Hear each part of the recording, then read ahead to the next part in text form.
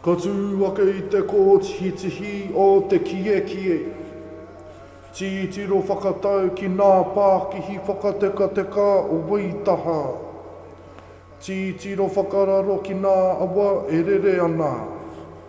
Ko rākai a ko hakatere, ko hekea, ko rangitata, nā punawai ōranga.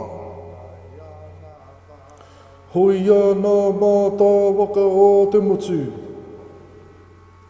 Ki runga i te moana e kawe nei i te wairuatana. Titiro whakaruna ki nā pai maunga kua korowaitia e te hukapapa.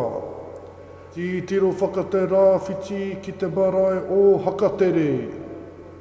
Te amorangi ki mua, te hāpai o ki muri. Te wāhi wairua, te wāhi oranga, tihai mauri ora.